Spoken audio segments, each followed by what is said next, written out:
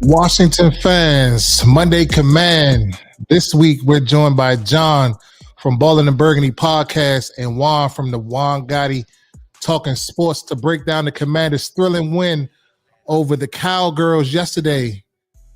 We got a lot to talk about. You know, we got this rematch from week 1 with the Buccaneers and the Offs coming up. We're going to talk about Terry McLaurin's walk-off touchdown and much more. And Monday Command starts now.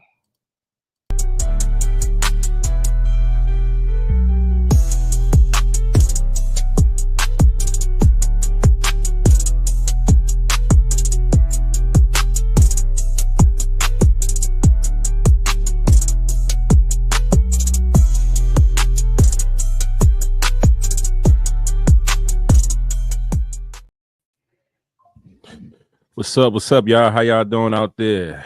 Week 18 is over. We are here at the Wildcard. Our Washington Commanders defeated the Dallas Cowboys yesterday, 23-19, and we are in the playoffs. It's exciting. We got the Bucs coming up, but today we got John from Ballin and Burgundy, and we got Juan Gotti from Juan Gotti Talking Sports. What's up, fellas? How y'all doing?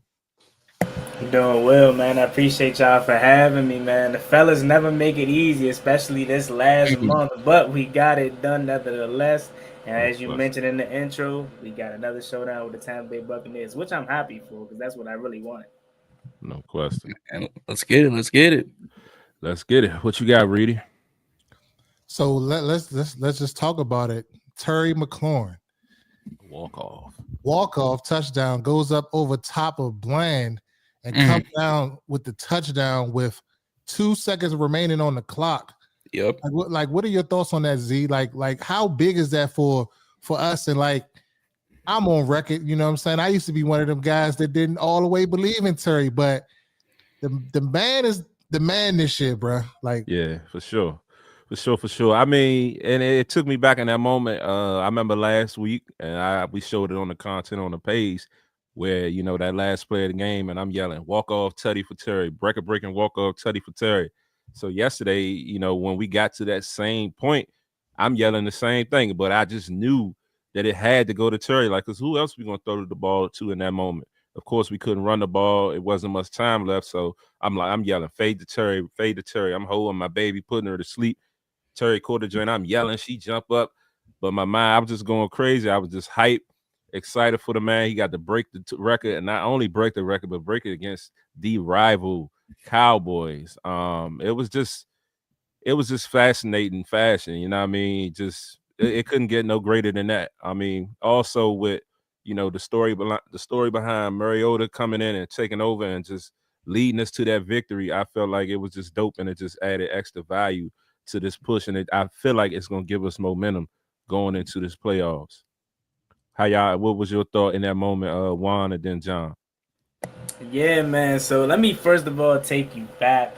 The whole game, I was a little shocked. I felt like early on, we were pressing. I know most people probably were saying, "Oh, this is terrible football. We're not playing our best," which we wasn't. But in my mind, I felt like maybe we was pressing, trying a little too hard because we know we had a potential chance to lock up the 6th seed, and we wasn't really playing free. As Dan Quinn loves to say, and he said famously during the full game losing streak, it looked like we were playing tight. And that's what it seemed like we were doing early on against Dallas. And then let's just call it what it is, bro. When it's Dallas, for whatever reason, we played different. I don't know if it's because Dan Quinn just respects those guys too much, but it is what it is. Early on, we was not looking that good. Trey Lance was moving the ball up and down the field.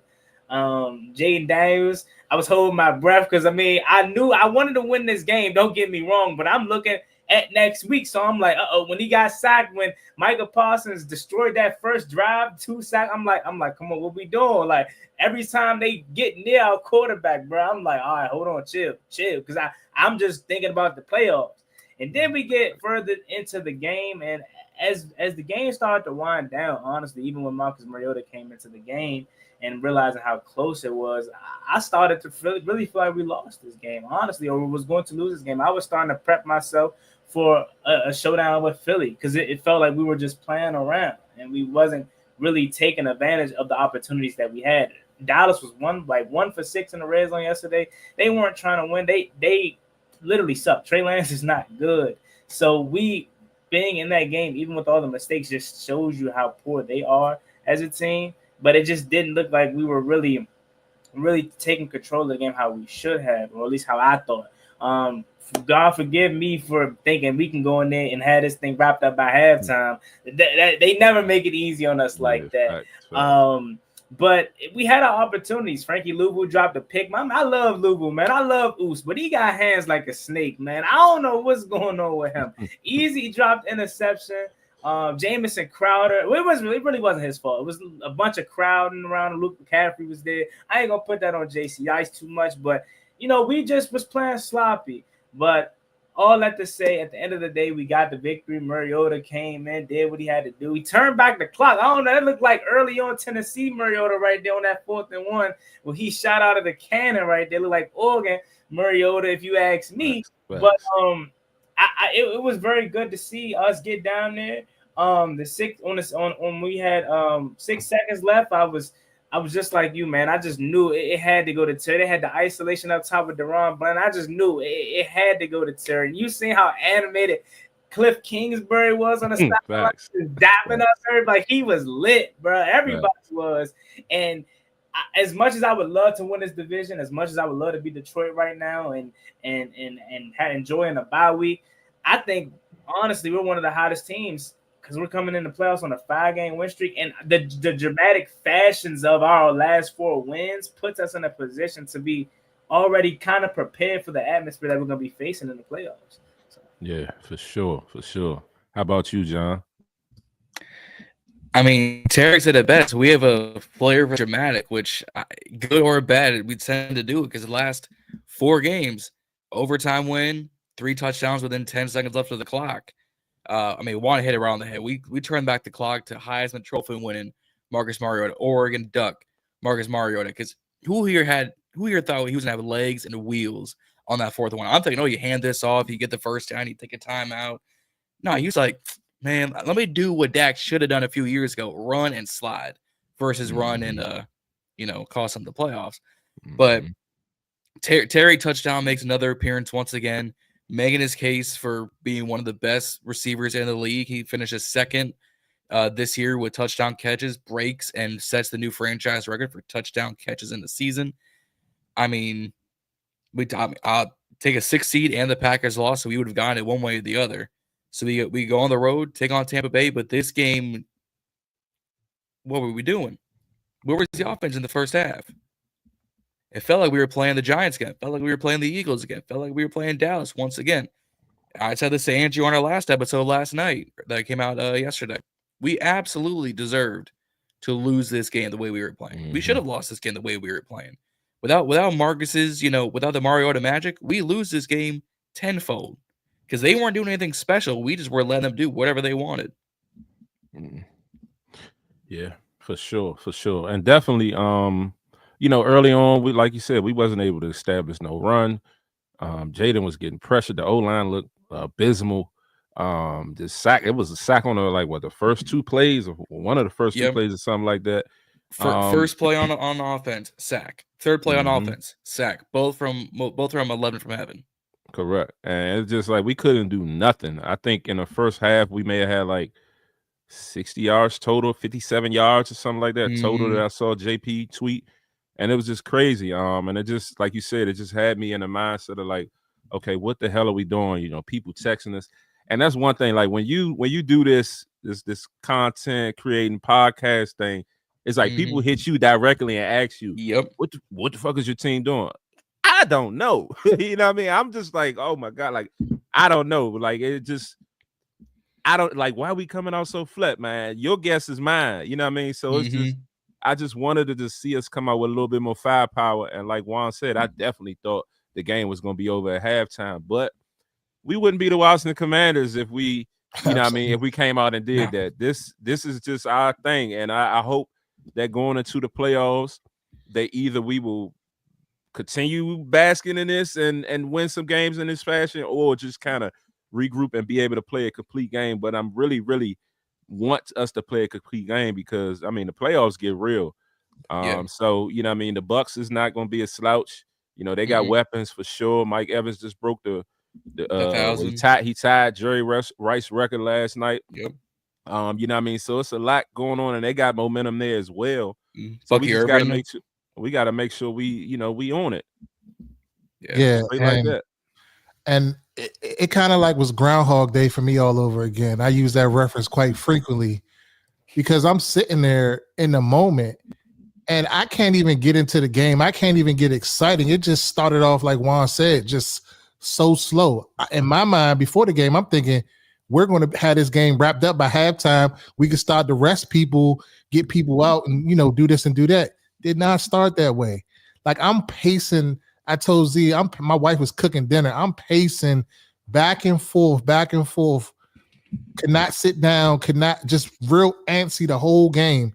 Like the first time I cheered in the game was on that 4th and 1 Mariota run. Like when he turned back the clock, the time, and just got out of it. I thought he was about to take it to the crib for a second, slightly. And then we go back to the Bears game where we have another defensive back. I don't know what he's doing, what he's looking at. He's celebrating as if they got off the field on 4th down, and Mariota gets all up on him. So, but he was able to make the tackle. But it's just crazy. It's just like we can't do this in the playoffs. And I've been saying for the last 3 weeks, we have to be able to run the football. Yeah. Where has our running game been? We were a top team in the run. Jaden Daniels is saving us in previous games by being able to run the football, but we need more in the playoffs because if you can't stop the run or you can't run the football in the playoffs, you're going home. So we need to definitely get that together. But that was my outlook on it. Like, and then it just was exciting when Terry went up over Bland and just caught the pass. My whole house went nuts. And everybody that knows me knows my house is divided. I'm the Commanders fan in the house. My wife, whoever she got tickets to the game, she going to the game. Or if my son, he's a Ravens fan, she's on with him. My son, he gonna hate on anything that got to do with us, no matter what. And when Terry goes up and catches that, he gives Terry the most slack, like out of anybody. He was like, wow, he head topped that boy. And my wife going crazy. She going there. She talking about, yeah, we did that. I look at her, I'm like, hold up. Who's we? You got a whole video talking about get the fuck out your house, but you ain't a fucking fan. Yeah. Oh, but now you with us? Oh, because we going, I see what's going on. Y'all trying to set the match up, but we ain't even gonna get into that. But yeah, it just was exciting in that moment. But like Juan said, like John said, a lot to clean up. But let's just talk about Marcus Mariota, because this is the second game he has come in and put the team on his back and willed us to victory. So, like, what are your thoughts on that, John? The first game, which was the Panthers game, I just think just because Jaden just wasn't feeling 100%, it made sense to pull him, and it's the Panthers. At that point, they were just Cleveland Brown territory of being hot and garbage. But this game, I didn't expect to see him. I was thinking, Jaden's going to play this whole game. You know, he might come out fourth quarter if this is like a 5-score, 6-score kind of game. I couldn't even watch the second half until like towards the end because I was doing some other things for church. And I'm thinking to myself, Mariota's coming in. What happened to Jaden? Leg soreness. Man, I call some BS. And what happens? 15 of 18 for like 210, 2 tutties, 1 in the end zone. I'm like, so we got another MVP on the squad? just pulling out a trophy. 2 Heismans on the team for a reason. I said this with Andrew. This is probably the best quarterback room Terry's ever had between Jaden and Mariota. But Jaden's a rookie, Mariota's a vet. And we're 12-5 in the playoffs, new management. I stand by what I said. Yeah. Yeah, and definitely I would say, you know what I mean, on my end, I and Reedie can attest to this. Reedie have said it on, previous episodes. A year ago, year and a half, maybe 2 years ago, I wanted us to go after Mariota. That year he was in Atlanta. And I wanted him, because at that time we was trying to handpick quarterbacks, and we wasn't even really trying to strike big on going to get somebody. And I was like, I would rather have Mariota, especially over Wentz. You know what I mean? But then, you know, when he went to Atlanta, it kind of didn't work out. And I guess I kind of just fell with the headlines and with the stories and not really digging deep into it. And I was like, man, I'm glad we didn't get him. I don't want this guy. So when we signed him, I called Reedie like, what the hell we signing him for? And Reedie was like, man, yeah, that was your man. You just said you wanted him last year and stuff like that. So, and we tend to always try to hold each other to what we said previously. And, you know what I mean? I definitely been hard on Mariota early on. I was, you know what I mean? I was all like really publicly posting like, man, get him out of zero. He don't deserve it. He's a backup quarterback. Get Mikey zero and all that. So when he changed his number, I was super psyched of all that. But as the you know what I mean, as the season went along, of course, with Jaden flourishing, I'm like, man, Mariota is an afterthought. And you know, when he came out in that Panthers game and played well, you know what I mean, even then I wasn't really giving him no credit. But after yesterday, I definitely got to just say, you know what I mean, I guess I was wrong about him. I'm not saying he's a savior, that he, you know, if Jaden goes down, he's going to lead us to, you know, the promised land or anything like that. But I just think that he's a lot better than what, you know, I've been giving him this year. And also that you never really know what's going on with people. You know what I mean? You don't know what's going on with the situations in this, you know, in this industry. We tend to just look about what's going on with the team and what's going on the field. We don't stop to think, man, these people are human. They got personal lives. You don't know what's going on. So, you know what I mean? It could have been one of those situations. So definitely kudos to Mariota. You know what I mean? We haven't mentioned his stats, but yesterday he was 15 for 18. And I think he was all the way up to like 8 for 8. You know what I mean? Early on, he had 2 touchdowns, that one to Ertz on the goal line.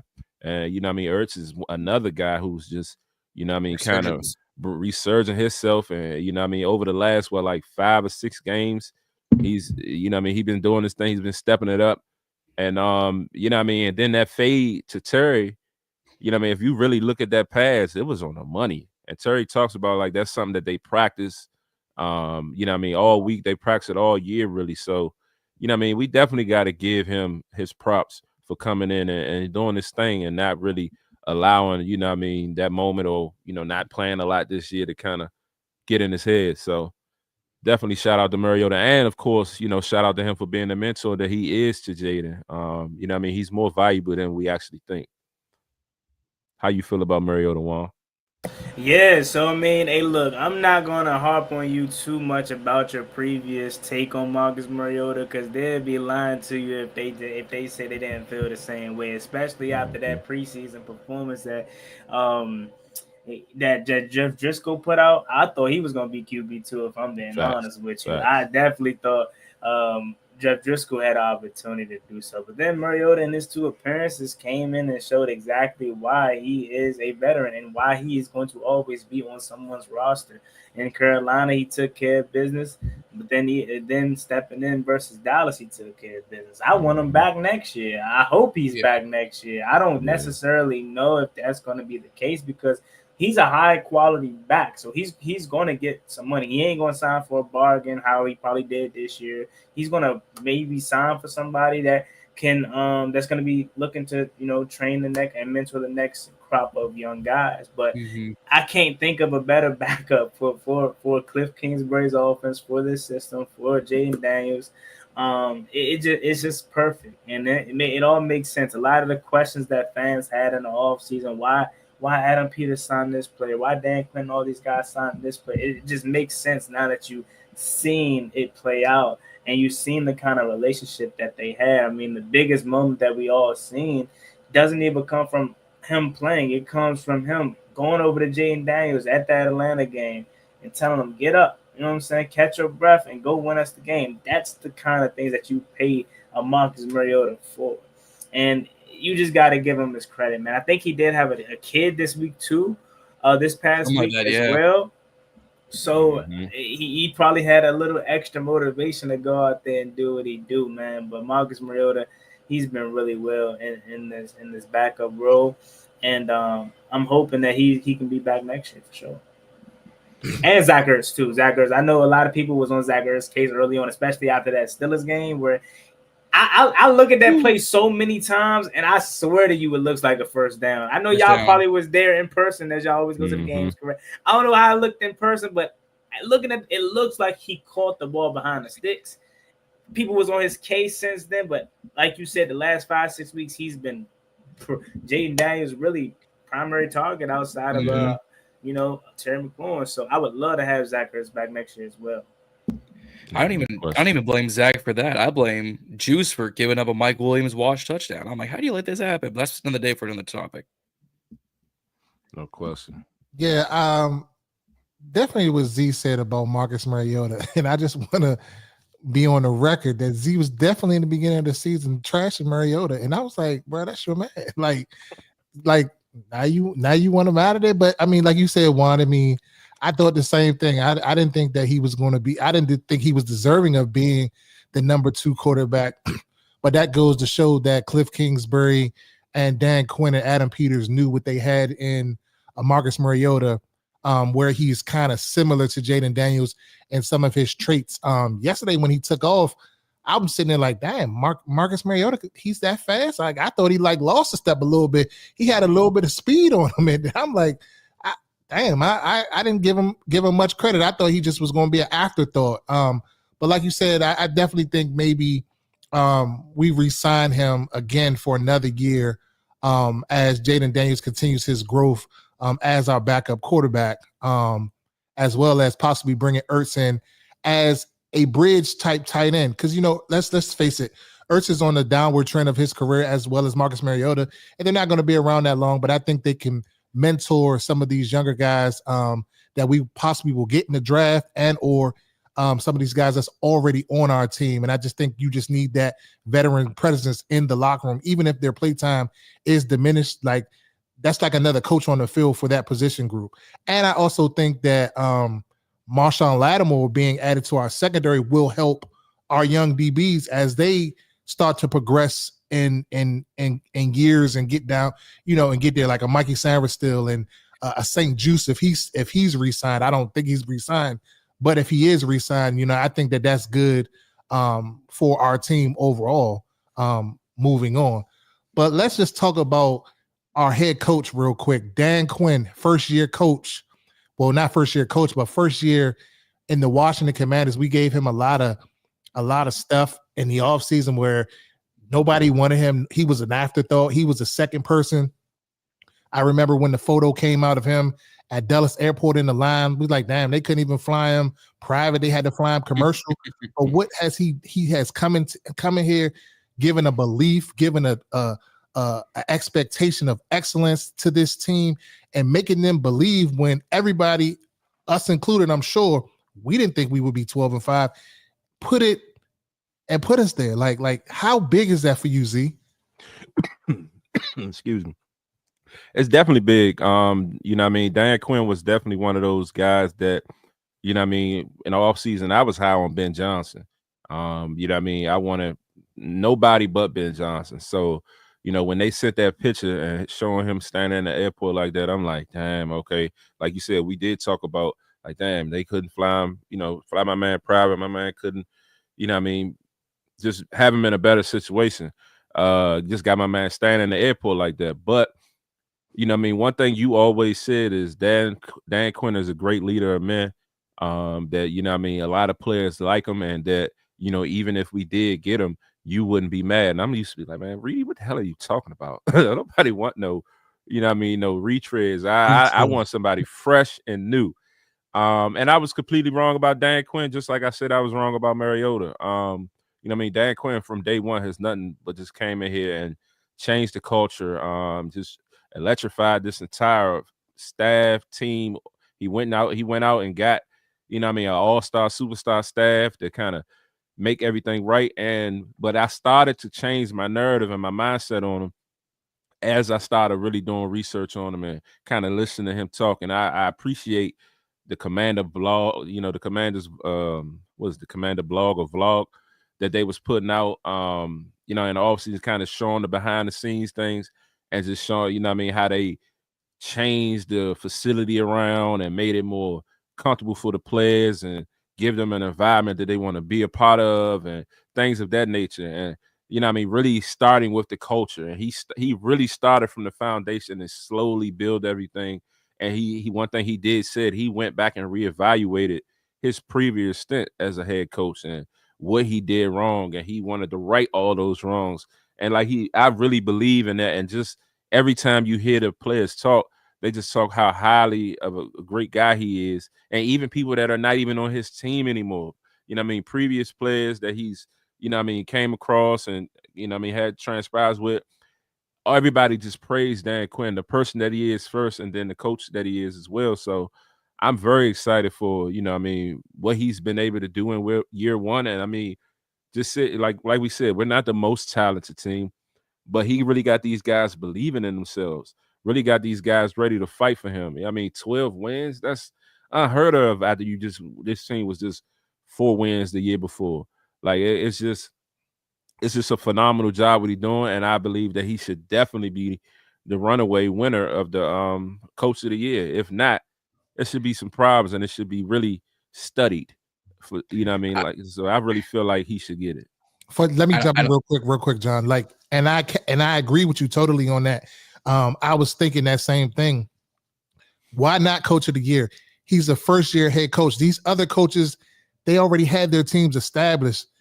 How many free agents did we bring in here? 30-something free agents? Almost 40. Almost 40 free agents. That's unheard of. And to put together a season where you win 12 games, and if we're just being honest, we shouldn't have lost the Pittsburgh game. You know what I'm saying? Like Juan mentioned before, Zach Ertz, he thought he was behind the line. He thought he was behind the line of game. But, you know, we go down, we kick a field goal, we win that game. We win, that's 13 games. And let's not even talk about the missed extra point against Dallas, because that's another game. So well, that whole game was a mess. Yeah, so if we're there, he should be in consideration for coach of the year. I could care less if these teams have come out and they're just this and they're just that. Like Minnesota, like, okay, yeah, J.J. McCarthy went down. They wasn't expected. So I get that. But Dan Campbell and all of them, he had a good team for 3 damn years. Like, come on, like, let's change the criteria. It should be coach of the year, the best coaching job, or the most valuable player on the field, not the team that's the best, that has the best quarterback should win that award. That's what I'm basically trying to say. But go ahead, John. Absolutely. No, I totally agree. I think Dan Quinn should absolutely be in it. I don't think he gets it because of the point you kind of made for me in the Minnesota Vikings. All right, J.J. McCarthy, draft him. He's going to be a successor. Cool. They had how many guys get into accidents during the offseason? They had a Kyrie Jackson, a corner I was high on in the draft. I think I had you guys talk me with it. I had Andrew and Chris and Justin with me. I was high on Kyrie Jackson. He passes away in the car accident. So this season already alone is for Kyrie for them. Who here had Sam Darnold playing MVP football? Nobody. I wouldn't have had them play MVP football. They got a top 5 defensive unit with Brian Flores as DC. Offense looks incredible. Jay Jettas and Jordan Addison. And Jay Jettas wasn't scoring a touchdown for like a month and a half. So I get it's not a QB assisted award at Coach of the Year, but there weren't really high expectations overall for the Commanders. There were some expectations for the Vikings a little bit. And like people are saying, oh, Jay Nails is going to be good. We all thought he was going to be good. I didn't think he was going to be this great so fast. This overshot. I don't say overshines because what CJ Stroud did last year was incredible, but this just jumps him. They went 10-7, made the playoffs. We're 12-5 making the playoffs. I just think based on a little bit of roster and a little bit of coaching, everyone knew, okay, Dan Quinn, Cliff Kingsbury, Joe Witt, all right, you guys got a bunch of free agents. You guys will do some things. Minnesota didn't really have expectations once JJ went down. Sam Darnold has 35 touchdowns, 9 interceptions on the year. I wouldn't have booked that years. If you had told me that in the offseason, I would have said, give me your money. You're not a sports fan this year. So I think Kevin will get it based on that. If Minnesota wasn't as good as they are this year, I think Quinn would have ran away with it. Yeah. It's definitely an argument to make. What you think, Juan? Yes, that's definitely the 2 guys that I'm looking at. Shout out to the Lions, shout out to Dan Campbell. But as you mentioned already, NFC Championship last year, you know, didn't he already win one? Did he already win one before or not? Dan Campbell? He hasn't won one yet? No, Super Bowl, nah. No, I'm talking about Coach of the Year. Oh, Coach of the Year. Oh, I don't know. That's a good question. That's a good question. I feel like he did. If he didn't, I ain't gonna lie, y'all might gotta throw him in that conversation. It's just it's just for the simple fact of the turnaround. I know it's already been a couple years for them in their process, but as far as Washington goes, I'm fully with you all. Just like how I feel like Jaden Daniels should be in the MVP conversation. Should he win it? Nah, I'm not going to say he should win it, but he should at least get some votes or at least be in that conversation. Same with Dan Quinn. I mean, going from a 4-win team to a 12-win team by itself is already magnificent. But the way he gets these guys to buy in, it's crazy, man. And you guys really already said everything as to why you believe Dan Quinn should be the coach of the year. So I'm gonna go ahead and cut it short for that take because y'all pretty much took it all. No question. And real quick, Reedie, before you jump to the next one, everybody that's watching and viewing, make sure y'all like the video, share it out to some people, and make sure y'all sub up all of us. We all tapped in the community, doing the collab and just trying to continue to grow together. So make sure y'all show us all some love and sub us up, like, share, and subscribe. All right, go ahead, Reedie. Yeah, absolutely. I just want to talk about the importance of momentum going into the postseason. And I was the guy, me and Z had a conversation, and I said it on a previous pod. He don't want to give me my credit because I said, shit, we can go 12-15. I mean, 12-5. Nobody believed me. Everybody was looking at me like I was crazy. Oh, on Instagram, they heating me up in the comments. Man, Reedie don't know what he talk about. He don't know football. Woo, woo, woo. This, that, and the third. We're 12-5, people. Reedie said it. What's my slogan, Z? Reedie knows, right? Reedie okay, knows. That's what I'm saying. But the momentum is big for us going into the playoffs. But fellas, like, how big is it for us to secure that number 6 seed going into the playoffs? Because that gives us the ability to kind of circumvent and get away from some of those top teams, basically until we get to the NFC Championship game, if we get there. What do y'all think about that? Go ahead, jump in, fellas. Go ahead, Juan.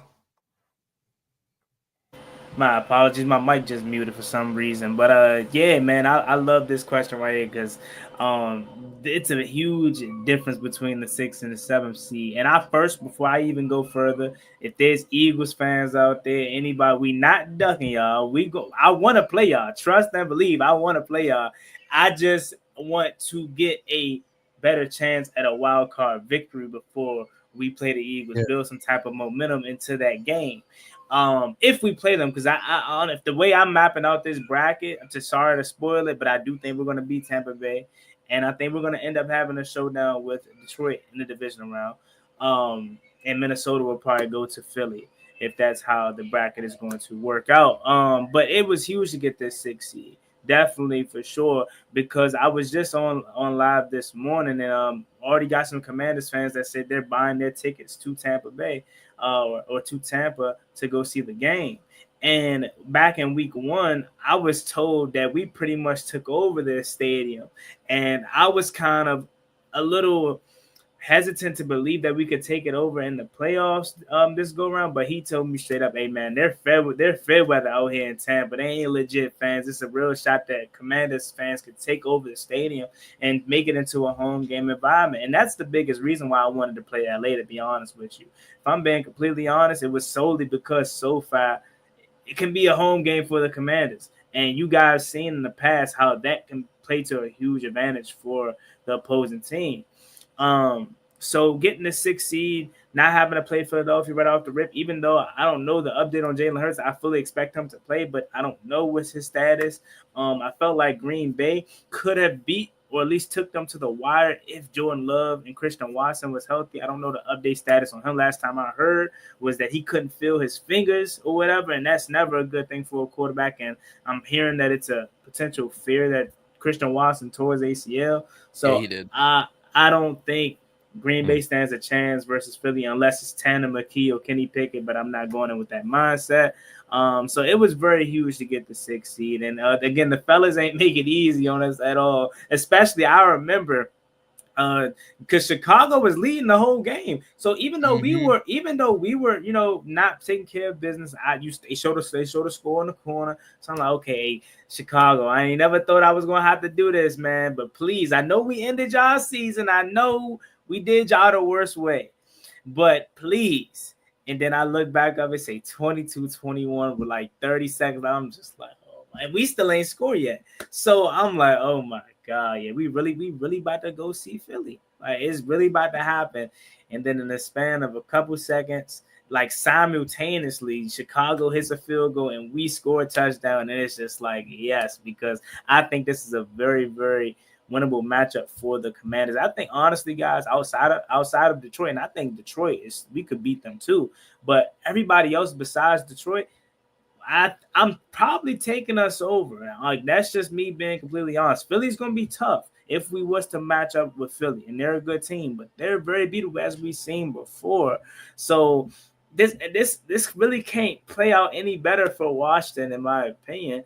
And I said back in week 1 after we lost to Tampa Bay, I said, man, they lucky they got us week 1. They don't want to see us again. Because if they see us a couple weeks later, and this was back in week 1 before I knew we was gonna go on that win streak, and Jay Daggs was gonna put the league on notice even before the Cincinnati game happened. I'm like, they don't want to see us again. They got us at the right time, and now they got to see us again under the lights, Sunday Night Football, and I can't wait, man. It's gonna be a really good game. Hopefully, Marshall Lattimore could play, so Mike Evans could be, pay more attention to that personal matchup than the actual game itself. So hopefully, Sean could be out there. Yeah, definitely trying to see some wrecking going on or something to kind of get in his head for sure. Yeah. For sure, and then that's another point I wanted to make. With that matchup. With Marshawn and Evans, because I was talking to Reedie yesterday, and he was like, "Oh man, that's another storyline, man. The NFL think they slick, he forgot about it, but yeah, I think that's what we've been saving him for. We hear he gotta play. It's no way. I know he's gonna be extra motivated and things of that nature. So they said last week, he did the speed test, and he pretty much passed it, but they wanted to be precautious with things, so he should be ready to go. And I look forward to seeing that matchup. We got people in the comments saying, on IG saying that Marshawn ain't the same guy he was then. There's a lot of viral videos going around just showing the matchup from before. But we don't know. We'll see. But it's definitely, something to keep our eye on and to be hype about for sure. But in reference to, back to Reedie's question, what he was talking about, being 6 or 7.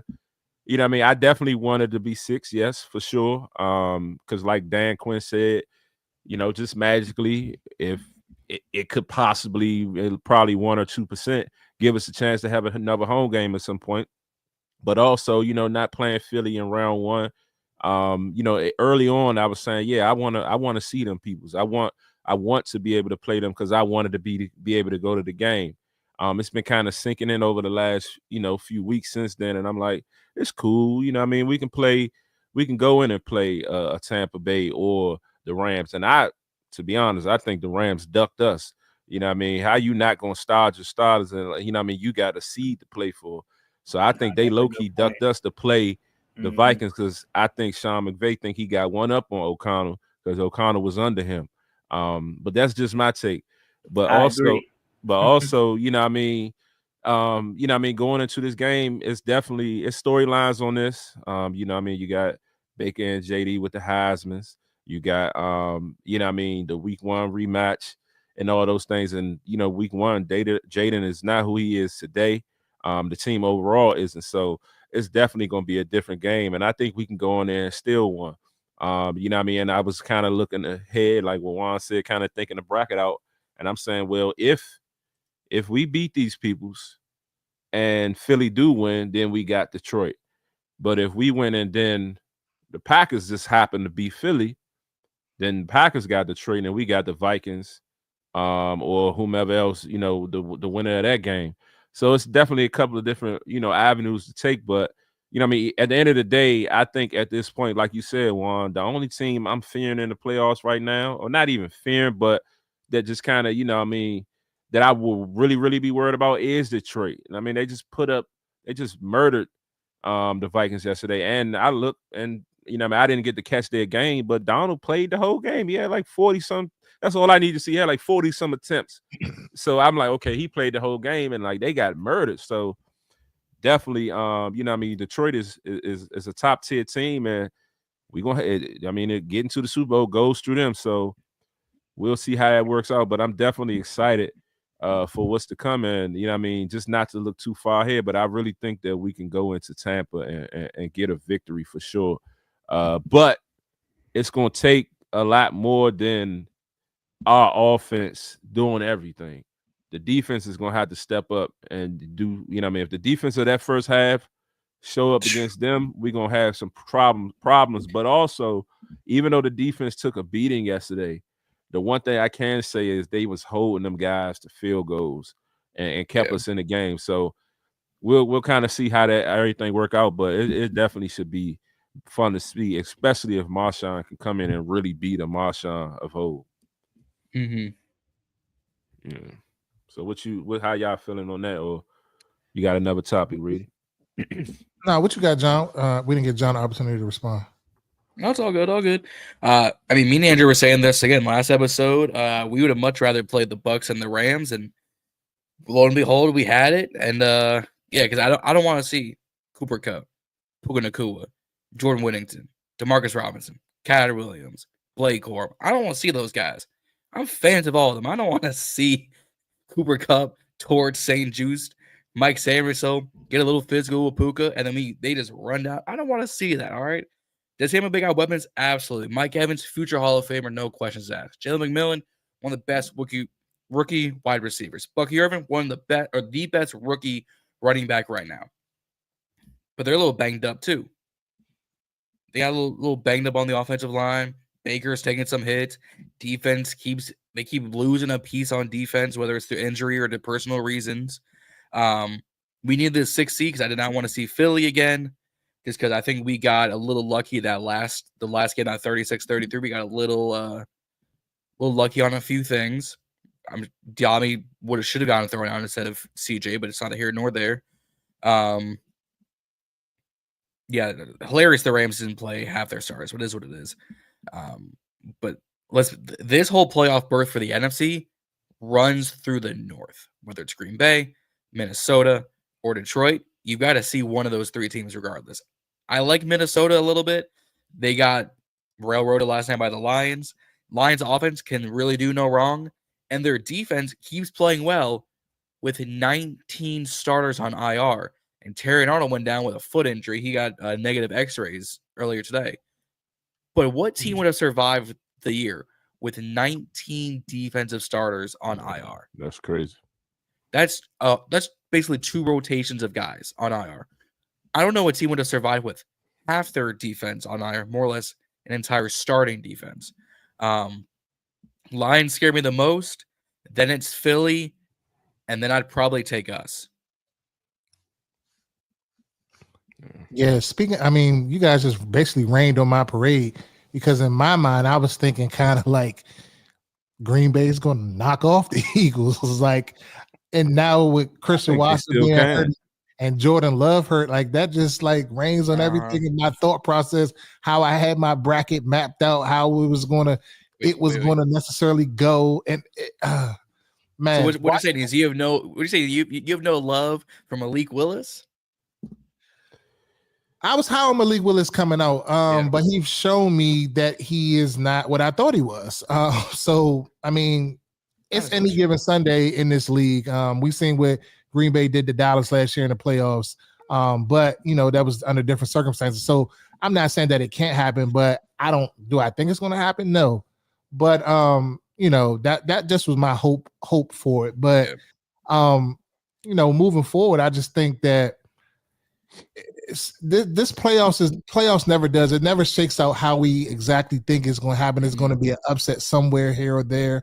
And just for us, I'm a little selfish, and I come from the thought process of why not us? Why can't we go on a run? Why can't we be that team? Yeah, I think that we can win this game against Tampa Bay, but let's just call a spade a spade. This is not the same Tampa Bay team week 1, and this is also not the same Washington Commanders team week 1. There's a lot that we need to clean up defensively when it relates to stopping the run. And hopefully Marshawn Lattimore could play to help out this defense.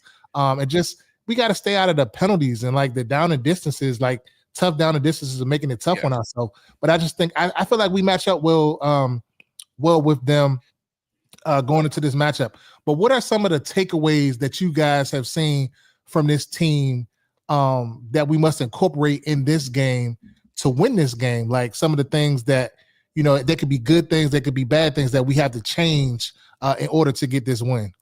Go ahead, Z. Our O-line got to be strong, man. We we've been taking some hits on that O-line. Be honest, I would hope to see and would love to see Biotis get back. I'm not really confident in Dieter. Then on, Coleman got hurt yesterday. So hopefully everything is good on that end. And just overall, the O-line just kind of got to get back to who they were early on in the season. It seemed like as of late, they've been able to get a lot more pressure on us. And especially yesterday with how yesterday was going, I'm like, oh shit, like we can't even get a playoff. We can't do nothing. Jaden's about to be running for his life.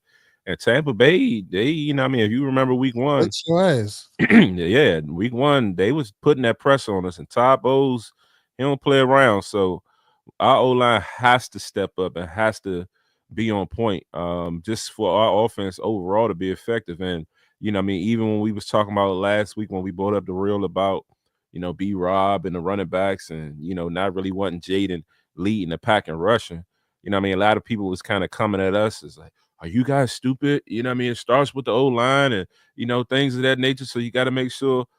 And then when they came out yesterday looking like that, I'm like, oh shit, like, damn, the O-line maybe need to be, doing a little bit more. So hope to see them kind of shore that up and get some push.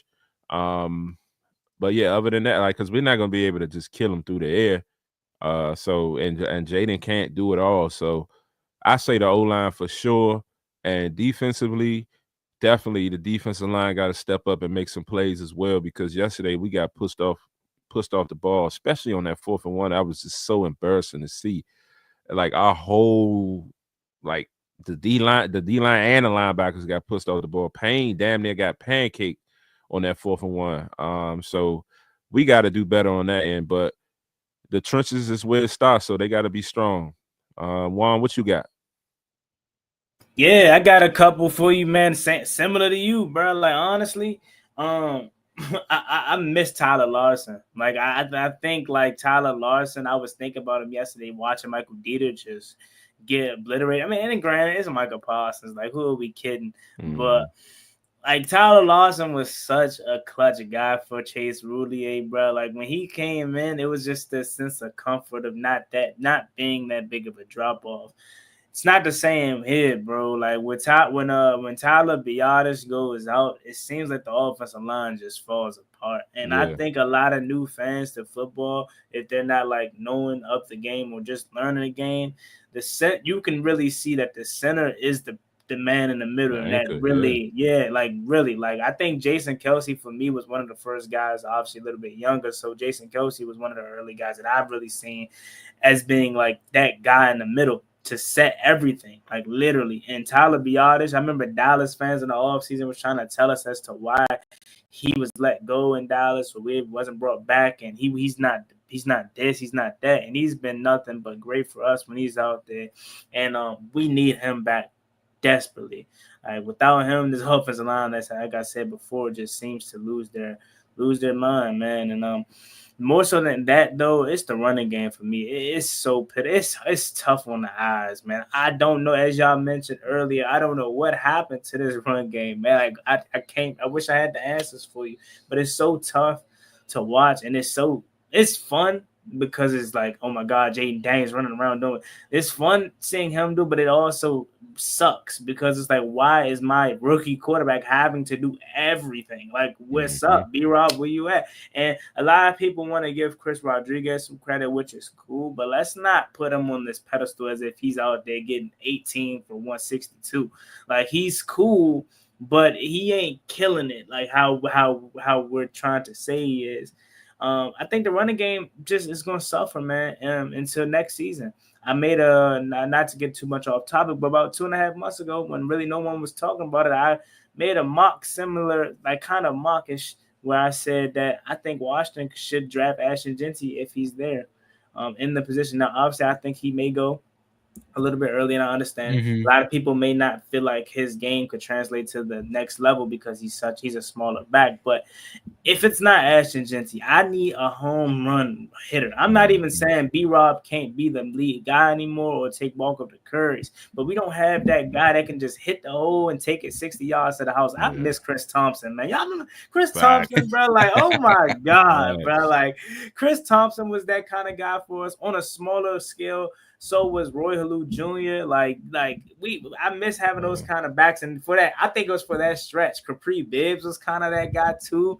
Like we need that kind of speed. We need that CP versus Tampa Bay first play of his tenure with us. That's what we need. We don't have that right now, man. And then lastly, I think the pressure on the quarterback we need is going to be key, because Baker Mayfield, as we know, he's slippery, man, and I can already see him breaking out of some sacks, making Dorrance Armstrong look silly, because I feel like a big thing as to why our edge rushers are not really able to keep the quarterbacks in the pocket is when you pay attention to these guys, they get pushed so far up the field or they run so far out of their lane. And that was one thing that you always was taught playing football. As the edge rusher, you were never supposed to run up the field. You're supposed to always force that quarterback back inside and don't give him no lane to run. And I could just see that happening on Sunday night. So if we could try our best to contain Baker Mayfield, it's not going to happen because he's that good. Like, Baker Mayfield is really good.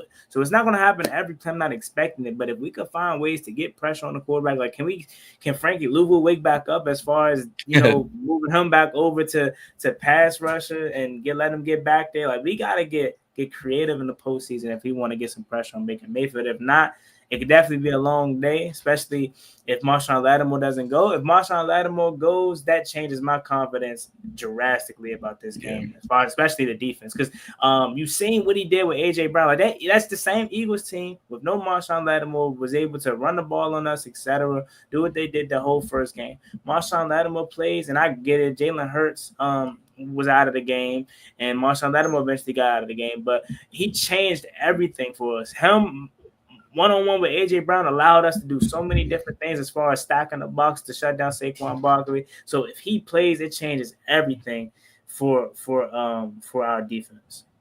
No question. What you got, John? Yeah. I mean, y'all kind of pretty much said it in the comments, saying it right now, is defense, get pressure on the quarterback, whether it's Louvu, whether it's Fowler, whether it's Armstrong, whether it's the bajillion D tackles we have on this team, paying $1 bajillion for Allen and Payne to do a whole lot of nothing half the time. Got to get them involved. We need turnovers, picks, fumbles, just something. Because it seems we can turn over a ball. We can't get turnovers unless it's Sanderson with a pick or Louvu covering a forced fumble. That's all we seem to matter to do. And then penalties. Yeah, kill us every single game, whether it's offensive holding on Allegretti, on Cosme, on Theater, on them, whether it's DPI on St. Groupie and St. Juice, whether it's roughing the passer on Payne or Allen. Like, we cannot get out of our own. We participate in the Plaxico Burris challenge and shoot ourselves in the foot every time we get momentum. So penalties need to stop. Hey, you're a wild boy, John. That's all I'm gonna say. You're a wild boy. But definitely, man.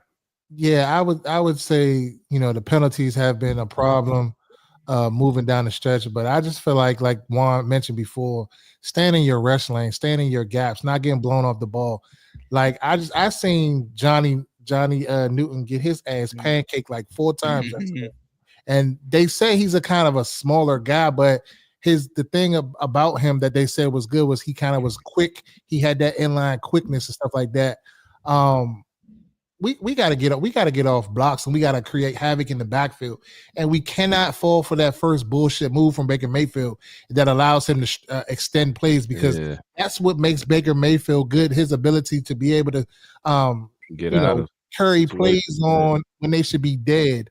You can't allow these receivers to get down the field and to uncover. I kind of was thinking, like, with Godwin being out, and then if Marshawn Lattimore plays, we kind of got a chance. But just looking at some of the highlights, like Baker is like finding these guys, like these unheralded heroes or whatever, people that they got on these teams, these names that we don't necessarily know. And we gotta be better there. And then on the back end, we just have to stop. We can't grab.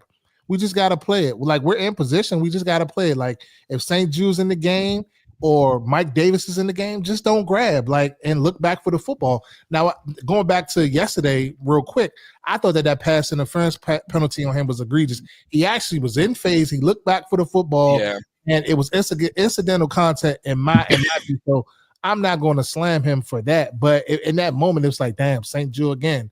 But he was in good position, and he played it as he should have played it. But it's telling about our secondary, because it's several weeks. Like, 1 week it's Mike Davis, the next week it's St. Jude. So now it seems like, I was just saying they didn't have no confidence in St. Jude, but now I feel like it's no confidence in Mike Davis after the previous game. So it's just like, we have to figure that out. And, you know, as good as our linebackers has been, they have to be they have to be the X factor as it relates to rushing the passer, because clearly we can't get there with 4. So we got to, that's why they keep sending pressure up the A gaps and the B gaps, and then running the stunts and all the different stuff that they're doing. So Bobby Wagner and Frankie Louvu have to be those X factors, and they got to get home. And we got to get off the field. And offensively, we just have to just stay out of those procedural penalties. Like, that's really killing us. We got to stay ahead of the chains. And I think we'll be fine. I think we'll be in the game with them. I think we have the talent around to make those plays and just go from there. Yeah, definitely. I know we all make jokes here. At least, you know, I do for BIB, say, you know, St. Jude, saying Group B, DPI, betting odds. You know, it's a problem that every single time our defense makes a play, you're thinking, oh, corner just, you know, put the straps on him, broke up that pass. You're waiting for the flag. You're waiting for some referee ball. It's like with Mahomes. Every time you think a defense stops Mahomes, oh, here comes a flag. You're just waiting for that second shoe to drop. We shouldn't be having this problem by now. It's week 8. We just got done with week 18. How many penalties per game are we going to have with DPI, defensive holding? Just defense, just anything. If I hear the word defensive and then something, I'm writing a tally, because I'm convinced we have probably 30 defensive penalties in like the past 5 weeks. I'm convinced. I got to read some tape. I got to do the numbers. I swear we average about 5 a game. And we can't have that come in the playoffs, because if we do, wrap it up right now, it's over. Send us to Cabo. Send us to Cancun. We'll see the Jets. We'll see Aaron Rodgers in his darkness retreat. I do want to say right quick, though, St. Juice by a landslide. Give me St. Juice over Mike. I was at the Falcons game, right? I was there, and I was trying so hard to defend Michael Davis from in the stands, because it looks different in person and then in TV. So in person, I'm like, man, what's going on? No. But then when I got home and saw the replays, bro, I said, yo, what's up? First of all, pass interferences, that was clearly it. But I'm talking about the breakdown on the tackle. My man looked like he running in slow motion, like it hurt. Like, he don't look like he needs to be out there. That's for one. And I feel bad for St. Juice, man, because yesterday that was not pass interference. That was like that is literally what I said St. Juice should be doing for 2 to 3 years. He's always in position. He just never looks back for the ball.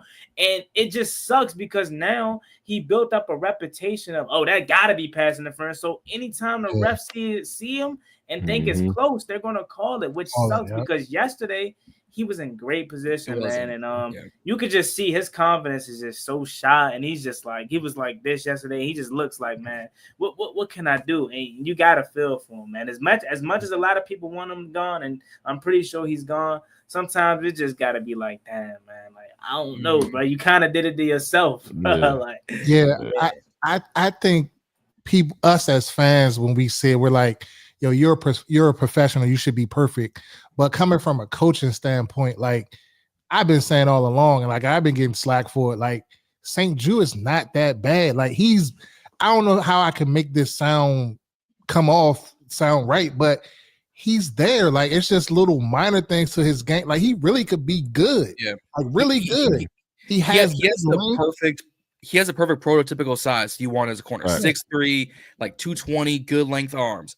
Right. But like you said, it's the details. It's yeah. he's gonna make he was what, like second or third last year in pass deflections at like 19, but also one of the most penalized corners at the same time. Yeah. It's like hand in hand. It's okay, we're doing a salsa, just a little back and forth. Hey, you make a good play, here's 2 more for you. But like, yeah. what are we doing here? Yeah, and then he will actually come up and tackle your ass. Like that's the thing. Came like, up yesterday and got a sure tackle. Yeah, like like so.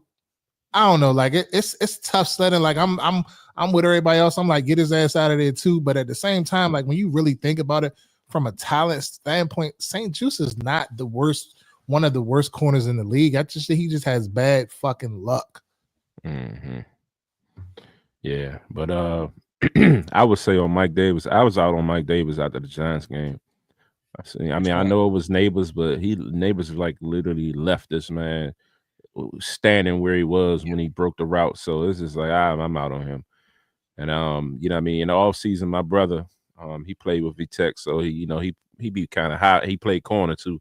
So he was high on corners, and he was saying, yeah, Mike Davis was a solid pickup because before his injuries, I don't know too much about him, but they saying before his injuries, he was pretty good or had potential. So I think that was one of them guys that they was kind of, sign for the low and see what they got out there. But I don't know. I don't think he's back. I really don't. I was upset. I remember, I don't know if I texted you guys or I put it on Instagram, is when the Browns took Chickenuzzi off our practice squad to their active roster. Yeah, you did say that. 13. I was like, you paid the man $2 million as a UDFA. One of the I was a fan of them coming out of the draft. I'm thinking, all right, 6'3", another big prototypical guy. Every team wanted him coming out of the draft, thinking, yo, we got a prototypical corner who can play, slot and everything else. Let me get one of those. I'm thinking practice squad, we good. He had one elevation the entire year. I think he played maybe 10 snaps, and most was on special teams. I'm thinking, why sign him then? I get it. You want depth, not. You don't pay UDFA that much to sit down, good tackle, have a high five. You don't pay the man like that. You pay Deshaun Watson. You don't pay some 22 years old and has got potential like that. And I saw that, I was like, you know what? I trust the process and whatnot, but that's one move. I'm thinking, how do you let that go? Yeah, for sure. Well, yeah. What else we got, Reedie? So let's get into predictions and keys to the game. What are your keys to the game, Juan? Coming up, Sunday, prime time, Sunday night football under the lights, wildcard matchup, first postseason game under the Dan Quinn era, Jaden Daniels era, with this team that nobody expected to be here. Like, what are you expecting from that under the lights in the second matchup versus a team that we saw week 1?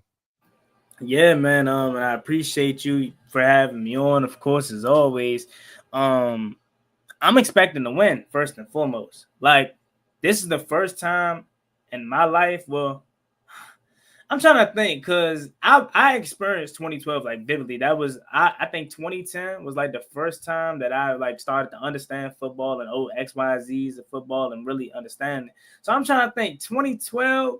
I don't want to say I expected to win that playoff game because I knew how good Seattle was and Atlanta, all of them was. So I was just riding the high. And shout out to my girl Donna B, Bryce Young. I'm one of the biggest Bryce Young fans out there, and I'm so happy for him. That's off topic right there. But shout out to the Panthers and Bryce Young. But 2012, I was kind of just really riding the high, being a kid, like, oh my God, RG3 running around. That's like my Michael Vick. So I'm really just riding the high. And then we get up 14-0. I'm thinking, oh my God, let's go. But then 2015 happened. And that's when I'm getting older. So I'm like, okay, let's go. Like, I'm really, really locked in. And then I'm thinking, okay, we got a shot to beat Green Bay. And it once again starts off really good. And then we collapse yet again. Defense then collapse. Then 2016 happens. That literally broke my heart. Kirk Cousins picked the Dominique Rodgers-Cromartie, had a chance to send 3 NFC East teams to the playoffs. Kirk Cousins literally breaks my heart. I'm shattered, bro, because the Giants had nothing to play for when we lost.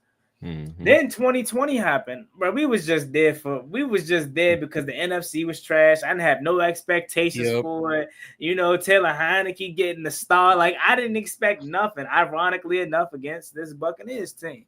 And I really didn't have no expectations for it. It was fool's gold because we think a lot of people thought, oh, Ron Rivera got us 7-9 to the playoffs. Maybe the start of something. And Ron Rivera just kept saying 3 to 5 years. Little did Ron Rivera know, or did we know he was right? He just wasn't going to be here for the 5th year. Exactly. So I say that to say, just to lead you all up to my experience as a fan and playoff postseason experience. I was alive for 2005, but I wasn't watching football. And again, ironically enough, against the Bucs, our last playoff win. Mm-hmm. This is the first time really in a long time in the postseason that I have true expectations. Like, Jaden Daniels and this team has put true expectations on us as fans. Like, we're no longer going there, if we lose, hell of a season for sure. I'm not going to be pissed. I'm not going to be raging because we definitely did it way more than what anyone expected. But you got to be out of your mind if you don't think I don't expect to beat the Tampa Bay Buccaneers, bro. You don't, like, I truly think we can go into Tampa and beat them. And after week 1, the way it went in week 1, you can't. Like, I'm very superstitious. I think how a past game went affects the future game. So I'm very superstitious in that matter of thinking, all right, there's no way we're going to go out like how we did in week 1. So I think Washington has a very good shot. I think Jaden Daniels is way more better than where he is, clearly, and so is Tampa Bay. Defensively, I feel like we're better, although we can't stop the run to save our life. We couldn't stop the run in week 1. Bucky Irvin and Rashad White ran all over us in week 1. So that ain't nothing different. We can't run the ball. Vita Vea, we wasn't gonna be able to run the ball either way. Even if the run game was still good, we weren't gonna run the ball because Vita Vea wasn't having it in week 1. Vita Vea and company ain't having it in the postseason. So I think it comes down to really, I genuinely feel like it's gonna be a shootout. I think it's going to be Baker Mayfield and Jaden Daniels going toe-to-toe. Like, offensively, both offenses are going to go crazy. And I think the young fella is going to out-edge Baker Mayfield. I think all season long we haven't had it, but I think the defense is going to come up with the clutch stop at the time that we need it most. And that's crazy to say because they seem to never get it going. But I'm telling you, if Marshawn Lattimore is out there, it makes a huge difference. But quickly, just to go over just a couple keys, is obviously we got to find a way to get off to a fast start. This past Sunday, we didn't. We got to find a way to try at least to establish some sort of run game. If we can't, get the ball in the hands of your playmakers. De'Ami Brown makes a huge difference. And I can't believe finally in year 4 I'm saying that we need De'Ami Brown. He makes a huge difference. He's the only guy outside of Terry McLaurin that can actually stretch the field. So we need him. Get the ball in your hands of your playmakers. I like the quick screens. I like the slants. If you got to do whatever you got to do to get them in the game early. You can't afford to have Terry McLaurin one target through the whole first half. This ain't a regular season game. You don't got next week ain't guaranteed. You gotta start fast. And then when it comes to the defensive side of the ball, you got to get off the field on third downs. I think back in week 1, and you guys can correct me if I'm wrong, but we had some killer third downs that we gave up early on in that game. So we got to find a way to get some pressure on Baker Mayfield. And I think if we can do those solid things, obviously we can go way deeper, but I'm gonna let everyone else go. I think we'll be in good hands to win on Sunday night. Yeah, I tend to agree with all of those points. I think, to caveat you, I think defensively we have to keep Baker Mayfield in the pocket. We have to keep him in the pocket. We cannot allow him to escape the pocket and become and start running around and extending drives and keeping plays alive. I think we got a good shot if we can keep him in the pocket defensively and light his ass up and get some pressure on him. Also, I feel like our secondary has to show up in this game because this is going to be a game where they're going to be tested a lot and tested frequently. And like you alluded to before, the run game, we have to be able to stop the run. If we're able to stop the run and get off the field on third downs and get them in the third and long situations, like that's one of the things that we traditionally don't do well is we can get teams to third down, but it's third and long, and we'll give that shit up and they'll keep drives alive. If we can get off the field, that bodes best for us defensively, and I think we have a shot in containing these guys. And Marshawn Lattimore, he has to play. This is what we brought you here for. You came in for 2 games, you got hurt, you got out again. You sat out the last 2 games. It's time to come back. This is what you're getting paid for to be on this team, to come in, and this is the biggest game that we've had in the last 10 years. So we have to win this game. We need you. It's all hands on deck. You have to strap up Mike Williams and not allow him to go off in this game. Mike Evans, I'm sorry, excuse me. And allow him to go off into this game. And then offensively, Jamison Crowder. Jamison Crowder is the outlier. He has to be big in this game. De'Ami Brown, he has to be big in this game. You know, you're going to have the usual suspects. You're going to have Ertz. You're going to have Terry McLaurin. Terry McLaurin has to start fast. We need a faster start from Terry. Stretch the field with De'Ami, like you said, Juan, and get JC in the game. I feel like JC is the outlier. JC is a guy that can run open in this secondary. Their defense is not that great like they used to be. So I'm pretty sure that we can move the ball and do everything we need to do. And then number 1, Jaden Daniels. When it ain't there, tuck it and run. Tuck it and run. And please do me one favor, Jaden Daniels. Throw the ball away when you get to the sideline. Please stop stepping out. Just throw the ball away. Please. My man don't be trying to mess up his stats, bro. At first, I thought they was just playing when they made that point when somebody said it a couple weeks ago.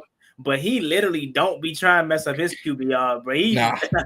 He'll take that loss or 2, bro. Yeah, he'll take the stats on the O-line. It's sad for the O-line, but I guess, like you say, he don't want to mess up his rating for throwing the ball away. But, you know, sometimes, like you said before, like Herm Edwards told him before, you got to know when the journey is over. Got to know when the journey is over.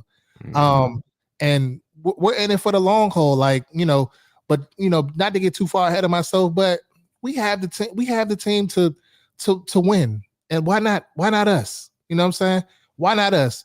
Why do we want to go home and say, oh yeah, we exceeded expectations. We won 12 games. We wasn't expecting to win.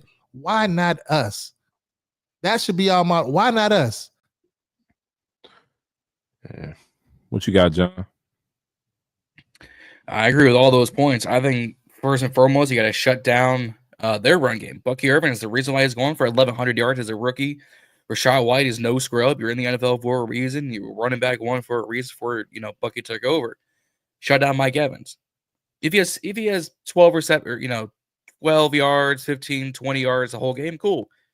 But if he has 125 and 2 touchdowns this game on Marshawn, if he plays, what are we doing? I get a future Hall of Famer, one of the best in the league. Cool. You bring in Marshawn Lattimore for a reason. It's not because he's a flash in the name kind of guy. No, you want him for things like this. Penalty, like I said earlier, you got to decrease these penalties. You got to keep drives moving on and kill the drives on defense. Get the pressure. Get a little bit of points early, whether it's a field goal here, field goal there, touchdown there. Now you're at 13. Now you're at 14. Now you're at 17. We can't be doing 3 and outs at the 25, 3 and outs at the 40. And now you're punting inside the 5, punting inside the 10. You let them go first drive against Dallas. Trey Lance did whatever he wanted to get down that field. Whatever he wanted. Can't do it. So, decrease penalties, get after the run, shut down Mike Evans, and honestly, get those points. I'm going to keep it short and sweet. Yeah, no question. Y'all pretty much touched on everything, so it's not really much left to speak on, but just continue to play as a unit, complementary football all around. We're going to need it from the offense, the defense, and the special teams. We need plays. We're going to need guys like, McCaffrey not getting pushed into Crowder like he did yesterday. We're going to need McCaffrey on the kickoffs to kind of make some, go back to who he was a couple of weeks ago and get us some good returns. And then, like I said earlier, we're going to need the offensive defensive line trenches to really step up and make it happen. You know what I mean? While you guys were talking, I'm sitting here reading. Dan Quinn is actually at the presser right now, and he mentioned that that Marshawn Lattimore arrow is going up. So that basically means he's trending to play, and that Beatas is doing well. So they're going to update us later this week. But two guys that we spoke about that we need this week are looking like they're going to be able to play. And Eckler, I mean, yesterday he was able to get in there and get in the mix, and do a few things. But we gotta really, like, Cliff gonna have to really get in his bag for the remainder of this playoffs. Know how to, it's win or go home. So it ain't no toying around, no hitches all game. We really gotta dial it up and really go out here and really fight like we trying to really win. So that's my take. Yeah. I mean, Quinn just said, and I'm reading the same things. He said 3 of the 6 sacks we gave up yesterday could avoid it by just getting rid of the ball. Mm-hmm. It's simple. Baker does it well. Darnold does it well. Most quarterbacks do it well. If you're getting within a yard of the sideline and you got nothing, just throw it away.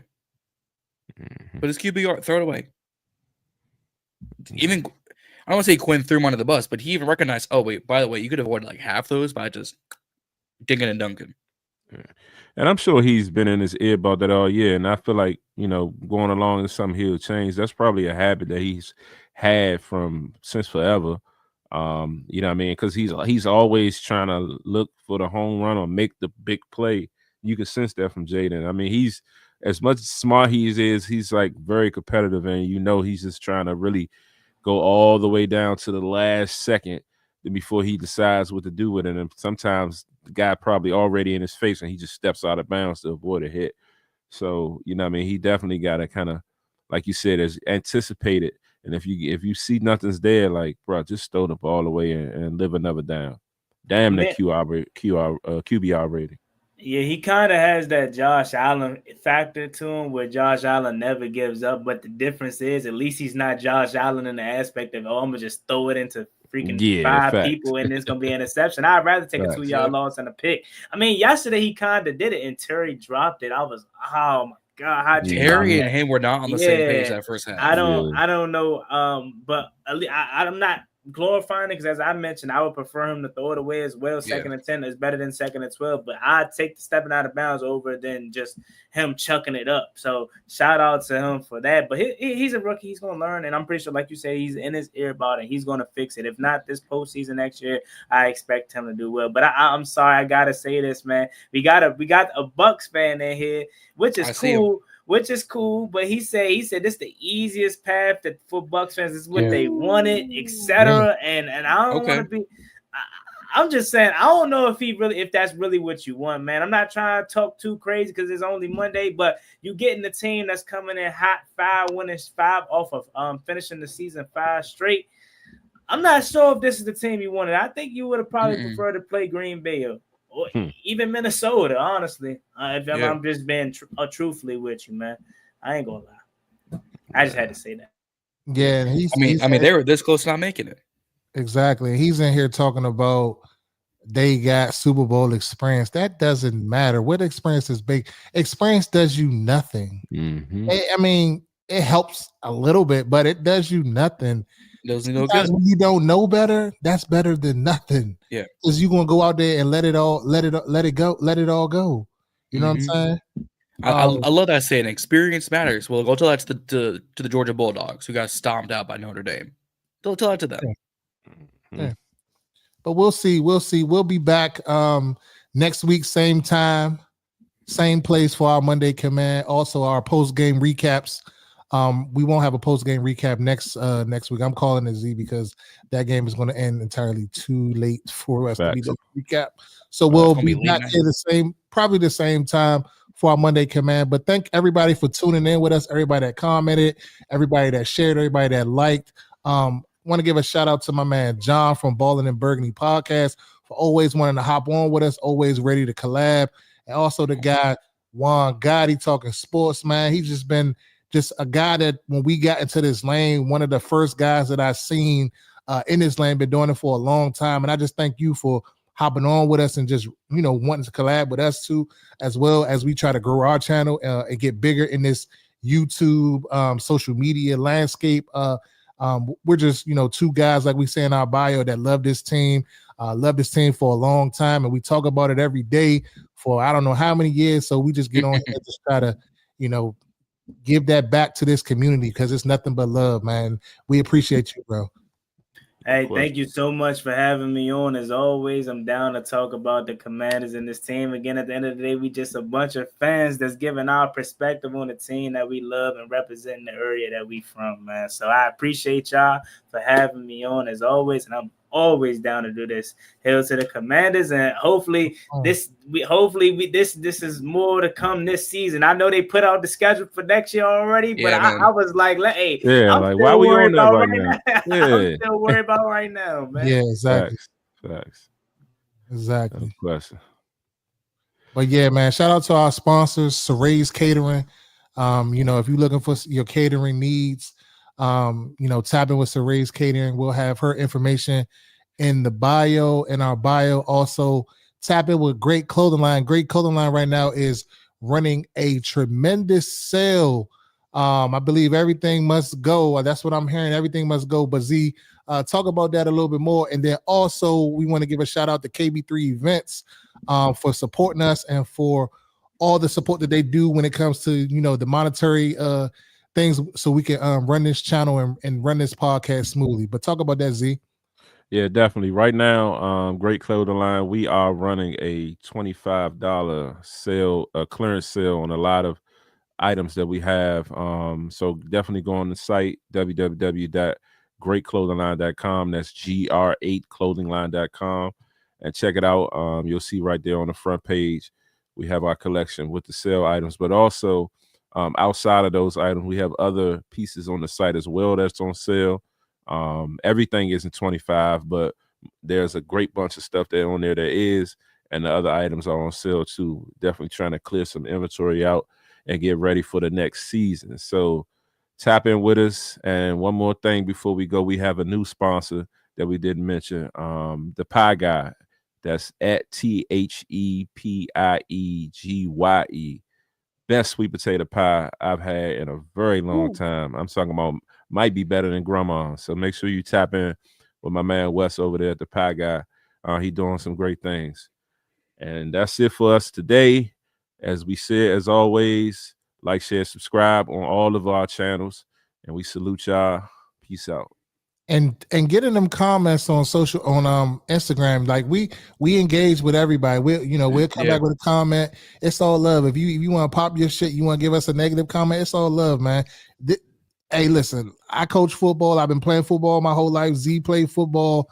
Like, I don't know it all. Like, if you gotta, if you believe that your way is better than my way, let's talk about it. Let's converse about it in them comments. Also, man, get my man John, the man, 500 subscribers, man. Come on, man. Tap in, hit the subscribe button, my man, Ballin and Burgundy podcast, man. This is a great podcaster, man. They put in a lot of work, a lot of stuff on social media, man. Sub them people up, man. Also, sub up the guy Juan Gotti too as well. Because like I said, I've been following this dude for a long time, and I really like the work that he's doing within the community, and also the other guys that we collab with.